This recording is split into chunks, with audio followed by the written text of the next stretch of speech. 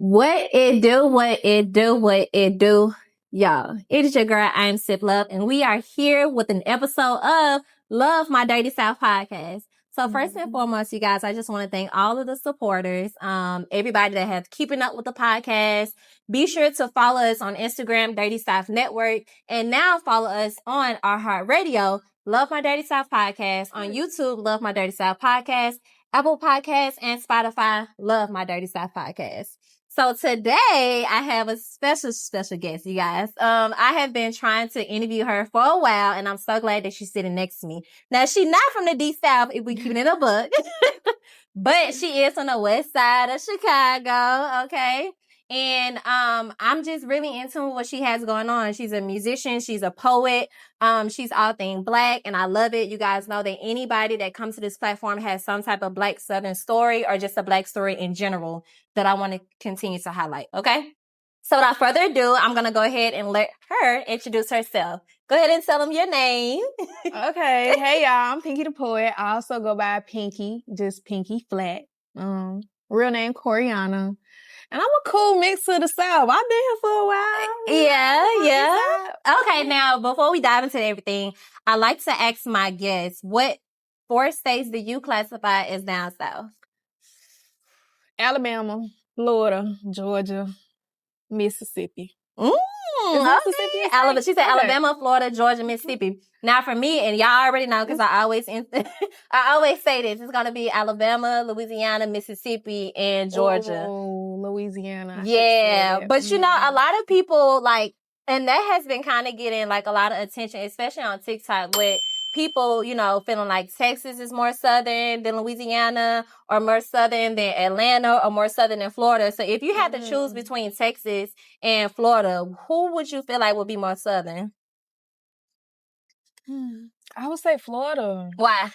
Because I hear more about Florida than I do Texas. And just their culture alone. I don't know. Texas, all you hear about is cowboys and cowgirls, but that's everywhere in the South. Okay, but do you feel like if I'm a cowgirl that makes me southern? Like, what do you feel like makes the South the South? The food, the culture, the hospitality, the Blackness, that alone. I think that's it, really. Those are main. And of course, the cowgirl boots and the cow, like, that is a part of the South, but I don't think that's like a main characteristic of the South. Because a lot of places in the South, they not with that. Yeah. Okay. I feel like people just hopped on that wave with the cowgirl boots and all that. Okay, well, wait, because you're from Chicago, but you also feel like that a lot of people are now hopping on this big cowgirl boots on the ground thing. Why do you feel like that is, though? Beyonce. Oh, okay. And I'm glad you said that because in my head I was like, oh, why she say Beyonce, especially as a musician yourself? You feel that influence that Beyonce has on everybody else as far as the Western culture. Yes, definitely. Nobody was walking around with cowgirl hats on, Daisy Dukes, wanting to put on the boots. Nobody was stepping. These folks was like, now they want to go mud bogging. Now they want to go trail riding. Now it's just like aesthetic and something to go do. Yeah. Do you think that after all this is over that the South will still be, you know, popping like how it is right now? Yeah, I feel like the South always was popping, even if it wasn't just like the Southern part of it, like the music, the culture. Even in Chicago, we was listening to Future heavy. All y'all music traveled to us quickly. Like, Chicago is its own place, of course, but when you think of music, you think of the South. And most of us migrated from the South. When you think deep down, generations. Yeah. Now, as far as the state specifically is Mississippi, because during that time, during slavery, a lot of Mississippis had to go up north. Yeah. And the first spot that they went to for the most part was Chicago. So I always say Chicagoans ain't nothing but some Mississippians. Y'all ain't nothing but our cousins because it's literally a lot of people from Mississippi now in Chicago. Like our great-great-grandmas literally came from Mississippi. Like if I ask my mama where did my great-grandma come from, she's going to say Mississippi because she has told me that my family is from Mississippi. And then you go deeper back into it, they're Haitian. They're coming from the islands. We all just migrate and move around as the years go, but it all starts in the South. Okay, so before we keep giving y'all some history lessons, let's talk about Pinky, okay? Were you born in a 2-parent household or one? A one, yeah. And how old are you? 22. I'm about to be 23 tomorrow. Okay, so Leo. as a 22, soon about to be 23-year-old, how was it for you living in only a one-parent household? I still feel like I'm facing a trial and tribulation from that. Even though I grew up in a one-parent household, my mom worked a lot, so she wasn't even at home herself. We grew up being raised by family members, cousins, each other, siblings raising siblings, kids raising kids. And now I'm seeing the effects heavy. Like, even with my little sister, she off the rails, and you can tell it come from her not being, raised a certain way on moral code, on how to be a lady, just certain aspects of life we wasn't taught. And now that we're in adulthood, it's affecting us, and we're all adults now. My mama had 5 kids by 25. Her youngest is 20. So she's the last of the bunch, and she the last to realize what adulthood really is like. And that's like a major life change. So as a kid transitioning into adulthood, when you face major life changes, everything about your existence change, and it could be a lot of pressure. It can change your personality and who you are. Even with my brother, like, we're all facing our own different trials and tribulations when it comes to our mental health, when it comes to how we see the world, when it comes to our relationships, our attitudes, and it all stems from childhood trauma, our upbringing, our family. And it's not easy. That's why it's important to come from a 2-parent household. Stop playing when it comes to having kids. The baby daddy, baby mama culture is not it. I don't know why people glorify that, especially in Chicago. They love saying my baby mama, my baby daddy, like you own a person. No, Yeah. That person is still free. Y'all not married. A person do not belong to you once you have a child. I'm just say that. Okay, let me ask you a question. Why do you think it's important for fathers to be in the household? Especially because you say you grew up single parent, so your mom basically raised you, right? Mm-hmm. Why do you think that it's important for fathers to be in, especially a daughter's childhood, or even just in their livelihood? Because it gives that child that balance and that understanding of themselves. Because me personally, when I grew up, I started to wonder why my dad wasn't home. Like, I started to look at myself. Is it me? Like, my own dad don't want to be in my life. Why? Dealing with boys, just not knowing how a man, it's important to know how a man thinks. Your mom can only tell you so much about how to be a lady, but only a man can tell you how men think and how to, maneuver through different tactics. And, boys are manipulative without even trying to be. So you gotta, I don't know, it's just important for men to be in their daughter's life because, even the whole culture, that whole over there thought, that became a popular word. Like, it's sexy red, all these, I don't know, all these things we glorify now, it really takes away our moral code and who we are as women. And it's important for, men to be in their life and be like, you're not doing that. You're not, because even a mama can be in your life and, your mama wants you to be dolled up just like her, but I don't know, you just need that male perspective. It gives that balance. Okay, now I'm gonna flip the script on you. Okay, growing up in Chicago.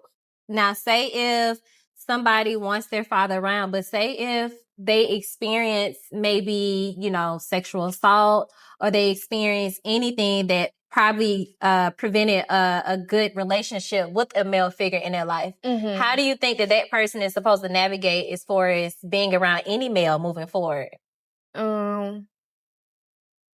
Have you seen something like that? Did you have a friend like that? I was that friend. I was molested at 5 years old by my mama's boyfriend.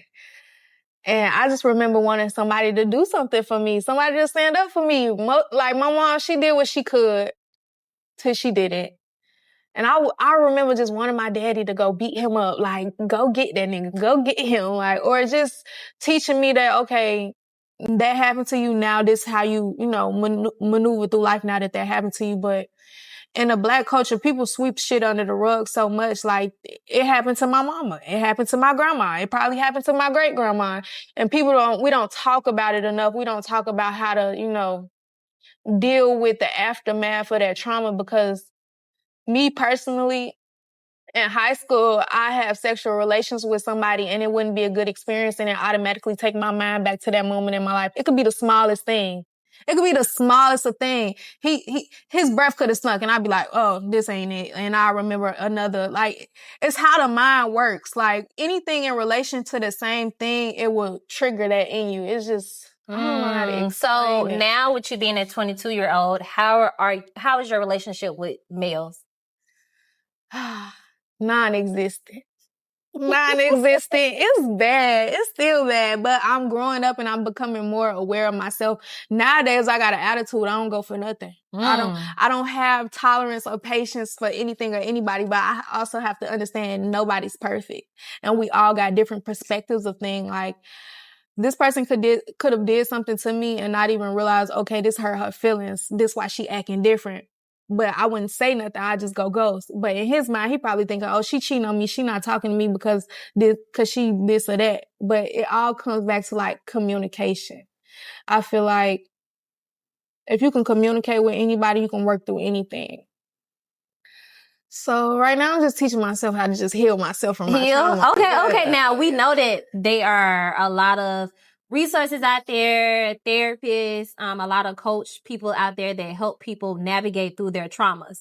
Do you feel like that a therapist can help you navigate through your trauma? To a certain extent.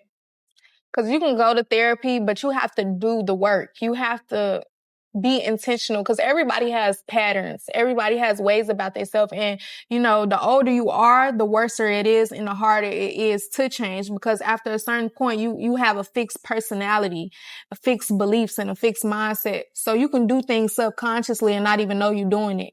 We operate off subconscious 90% of the time. You see how you shaking your head right now? You just do that subconsciously. You ain't even realize it. Like, even me talking with my hands, I don't realize it. It's just how we are. You have to have a deep desire to want to change and you have to be very intentional and very aware.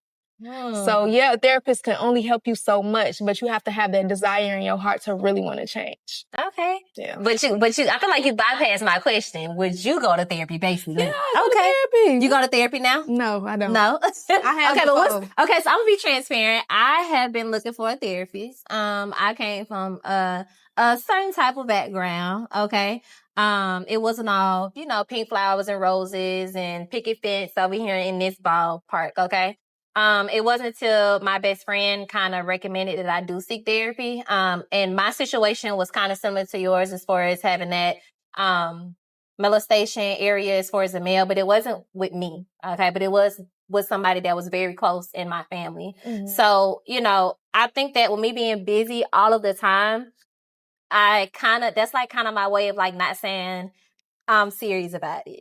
Yeah. And it's like some people, they be like, okay, well, if there's something that you really want to do, then you would do it. And it's like, I'm not saying that I don't want to go to therapy. I do want to go to therapy. But it's just like, I think that faces the reality of me that I'm going to change. Are you scared to change? No, I'm not. I'm scared of the people that I'm going to lose when I change. That's the main part, because I already been changing. You knew me back then, girl. I was way off the chain. Yeah. Coming from Chicago to here, ain't no manners. I was walking in people's house not speaking. You can't do that down here. It's just a whole totally different ball game, especially like, even though my mom was in the household, she didn't really teach us life lessons or how to go about certain things. So now that I'm an adult and I want more for myself, I want to be successful, I even have to change the way I speak. I slouch. I gotta sit up straight. Like, change is scary, yes, but it's beautiful once you realize how far you came. It's uncomfortable. You gotta be uncomfortable to grow, because if you're comfortable, that means you've just been doing the same thing you've been doing. You've been going back to the same safe spaces, the same communication, the same conversations, the same people. So I'm not scared of change. I'm just scared of like the people I'm gonna lose when I change. Because I love my friends. Yeah. But y'all can't go. Everybody can't go. And ain't nothing wrong with that. Everybody can't go wishing you a new season. Yeah. Okay, we're going to flip the script a little bit. Because that was a real deep dive. That was real deep. I didn't think it was going to get this deep, y'all. But I'm a deep person. It's okay. But nevertheless, how long you stayed in Chicago? And I guess when did you decide that it was time to leave Chicago? Oh, I didn't decide. My mom just said, "Ooh, there go." Okay, so all y'all left and y'all came to Atlanta. Mm-hmm. Why? Because I got to ask my mama that. But she was always on the run. Yeah. From her family, from just wanting different. I guess she always felt like the outcast. Yeah. My mama always felt like she was the second child, first daughter of like 12 kids. my grandma had a lot of kids. She even had kids my age. Like my aunties, we was going to school together. We left Chicago when I was in 8th grade. After I graduated 8th grade. Because in Chicago, you graduate 8th grade. So after I graduated 8th grade, she moved us down here. I started high school here at 9th grade. And it was just like, from there, here we are in the South, something totally new, no friends, no nothing. I ain't gonna lie, I was kind of mad at my mama, but I was just like, okay, it is what it is. As far as like the culture that's there in Chicago, I do want to mention about the show The Chi. Do you watch television? I not as much as I used to. Okay. But when The Chi first came out, I was watching it, and they actually filmed a lot of it in my old middle school. Really? William Penn Middle School. So how do you feel about the show The Chi? Do you feel like it really depicts a true Chicago life story? Based off what I remember, as far as like the retaliation and children picking up on an environment they know nothing about, yes. Even the episode or the season where the girl went missing and she was literally right down the street in that person's house. Yes, like it's stuff happening right in police face. They don't care. You can call them, they're not coming. Right? Yeah. Like, so I feel like they do depict it very well. I don't know what's going on right now, but yeah. Okay, so I want to still talk about Chicago for a little bit because we can talk about Atlanta all day. We talk about Mississippi all day, but Chicagoans, what do y'all eat down there? Oh, we eat chicken, mild sauce, Italian beefs, rib tips. We eat Mariano's, Maggiano's, whatever it's called. The Italian restaurant, Maggiano? Mm-hmm. Yeah, they have like Italian beefs and stuff out there. Okay. I like Chinese rice when I go out there. Chinese rice is totally different from out here versus out there. Wait, what makes it different? Just the taste of it all. You get Chinese rice out here, it be all white. The rice be all white with all them mixed veggies and stuff. In here in Atlanta? Yeah. In so Chicago, would it be yellow? No, in Chicago, the rice be brown. It be some dark brown rice. I gotta put you on to some good spots then. Okay, so what's a known food spot in Chicago? Like, what's a known Chicago meal? Them Italian beefs or them chicken with mild sauce. I love to give me a 4-finger chicken wing dinner. All that. People love what's that place called? Portillo's. I heard they putting one out here. Okay. So Portillo's, they got poaches, hot dogs, stuff like that. We got our hot dogs different. Okay. Everywhere else. Put a little relish on there with the pickle on there. Okay, she sound like she know about something, y'all. I don't know. So I'm like, she fixing it up in her mind. Yeah, I'm really thinking about it. That's what I want to go back out there for. But yeah. So I heard that. So I've been to Chicago for my birthday, and I guess it's known for the Windy City. But in your words, what else do you feel like Chicago is known for? Drill. Drill music. Okay. No, not even just drill music. Drill in real life. Gun down. That drill. Okay. That's the only type of drill. Because I'm like, okay, but do you have a favorite drill artist from Chicago? Or he don't got to be from Chicago. Before drill was even drill, Young Pappy. Nobody know about Young Pappy. I don't know about that. He died a while back, but he was like 2016, 2015 era. I think he died around that time, but him, that's it. Lil Durk are going right now. So what you think going on with Lil Durk? Like, do you think he's gonna stay in jail? Like, I don't know. Okay, wait, in Chicago, like when the girls' baby daddy or when they supposed to go to jail, do they be holding them down in Chicago? Sometimes, but not really. No. Do you think India is holding Durk down? You think she holding him down? Oh, no. She ain't. Nah. My girl, she probably... My girl probably got a little sneaky link on the side. She probably acting like, I don't think so. You don't think so? Because he wasn't even holding her down. Like, niggas be cheating. She ain't dumb. She just smart enough to play her role. Thank you. My girl got a nigga on the side, and he probably one of them niggas that know not to post her and know to play his role too. So yeah, it makes sense. I don't put it past it at all. That's how they is in Chicago, girl. They backdoor kings, man. They love sharing. Okay, let's talk about Pinky. So you came to Atlanta. You had to make some friends. What was the first thing that you thought about or noticed when you came to Atlanta? Nice houses. The gangsters ain't really gangsters. Wait, the YNs down here not really YNs? But that was until I moved to the west side literally I've been on the west side almost 2 years. 1 or 2 years now. But on the east side, it ain't even really the east side for real. I went to MLK, Lithonia, Georgia. They want to act so hood, baby. Be pulling up to them nice 2-story houses, baby. You is not hood. You need to go sit down. That's what I learned. Okay, wait. What makes a guy hood? The demeanor, the upbringing. They be hood and have nice, humble, wholesome parents that go to church, that pay for their car. They have cars.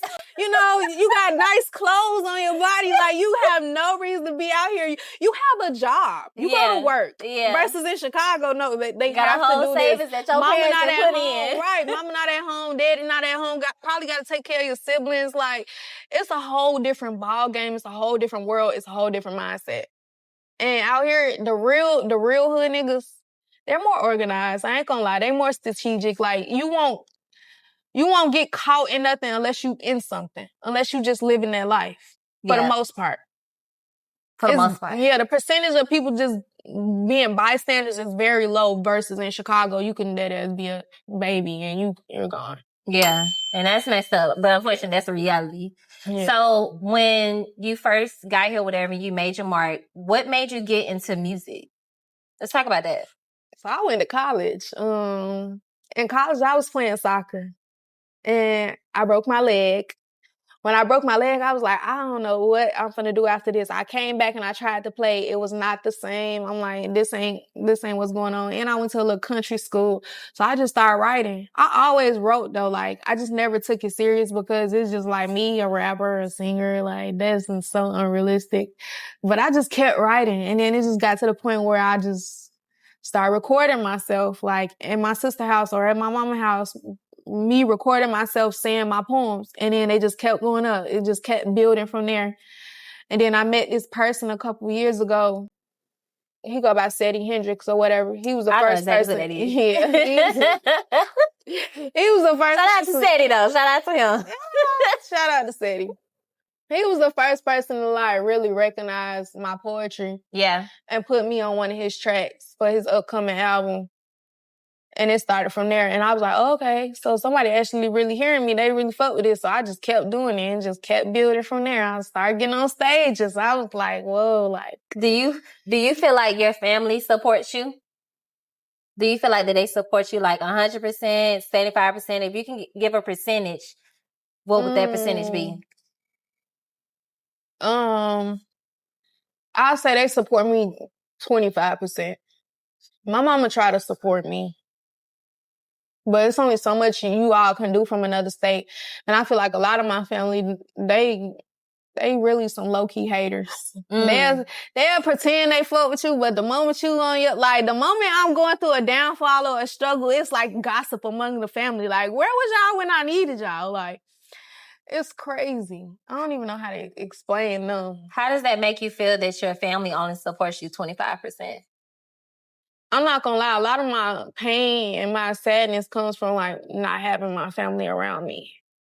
I want to cry right now. Don't cry. I'm not gonna cry. Because I'm gonna cry if you cry. I'm not gonna cry. But yeah, a lot of my pain comes from them not really supporting me. Like, some of them do. Some of them genuinely do, but I also understand we all going through different life situations.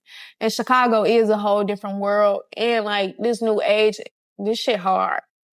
So I know they only support me as much as they can, as much as they was taught to, but we never would. After my great-grandma died, support was non-existent at that point in the family, but I got good family members who reach out to me, who text me, who love my stuff, who share my stuff. My uncles, Trey and Dewan, my auntie Tari, like all my grandma kids, mainly my aunties and my uncles, they support me versus my cousin them, they don't really show too much love.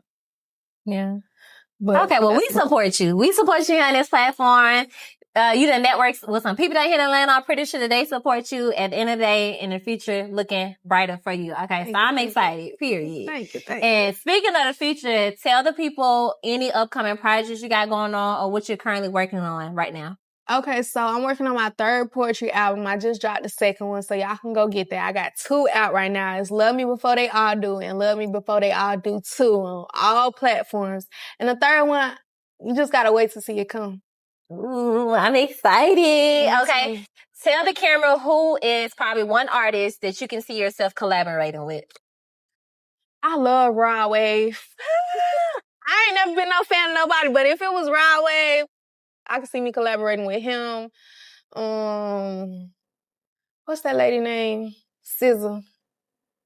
Is that her name? Yeah. I could see me collaborating with her, doing like an intro for her. Okay. Yeah. That's it? For the most part? For the most part, Caesar. Okay. I can't think of nobody right now. And if you could do anything for free for your entire life, what would it be? Speak, talk, teach the people, motivate the people. Yeah. That's what I do. Yeah. Get them game. Okay. Yeah. Well, before we end here, you guys, y'all already know I wasn't gonna let her leave without performing one of those poems. Okay, so y'all gonna hear my girl perform. Y'all already know I got some up my sleeve. Okay, so stay tuned. We'll be right back. James 1:19 states, "Notice, my beloved brothers, let every person be quick to hear, slow to speak, slow to anger. But now we're quick to be angry, disregarding God's word. I miss when people loved. I miss when it wasn't weird to give hugs. I miss the days when it was only God and I placed no one up above. Can we reverse this? Go back to the days when we wasn't wrapped in sin. We wasn't going against our own kin. All we should have known was good. It was destined for us to win. Yes, God prevails now. I don't care what I'm going through because life's still living hell. Earthly things can't capture my heart. My God is the ending and the start. I just got to play my role. I got to play my part. I pray for God's will over my life. Why choose to be evil when you can be nice? Why keep living in the same cycles when you can live right? I'm once in a lifetime. I won't do this twice. How can anybody guide me when everybody is set astray? These niggas is asleep. It's like walking day. I'm well aware. I'm wide awake. My mind is amazed with no dead ends. All my thoughts overflowing to the next. My mind is a place where everything begins. Intricate components can make it so complex. And since I've been becoming intentional with what I let my mind accept, anything that don't align with my purpose, my mind rejects. I came to this awareness when I realized what I've been doing hasn't been working. I've been cutting out negativity, no more giving my time to content that goes against my purpose. I feel myself evolving, that's for certain. And all my old habits trying to find its way back. It's just the devil lurking. Don't get me wrong, from time to time I'll do my drinking and twerking. I know I'm on the right path, so right now I don't gotta strive to be perfect. My main goal is to exercise my wisdom so I can get these billionaire motherfuckers to see I'm worth it. When I speak, I move the masses. Communication is the highest form of compensation. I represent my people well, so I'm showing up the delegation. I'm Black excellence representation. They asking if anybody got something to say, it's me, with no hesitation. I've been holding my gift in for so long, perpetuation. Class of 2020, been about my books, just ain't see a graduation. Ain't nobody topping me, I'm number one according to my calculation. I don't take days off, this work don't stop, I ain't looking for a vacation. They ain't know I had it in me, this just a small tasting. I told you, my mind is amazed with no dead ends. The overflow of thoughts I used to getting confused with anxiety and depression. But I just had to change my perception. I couldn't stop thinking because what I was giving my mind to. Had to switch up the routine, pick my books back up. I've been blind too. No more endlessly scrolling. I'm no longer entertained by internet trolling. They want us to be trapped. They know how we be folding. So sorry, not sorry to the people who couldn't evolve with me. I told you, my mind is amazed with no dead ends. I'm continuously moving forward to escape the traps. My mind is now focused on the future. I'm no fan of recaps.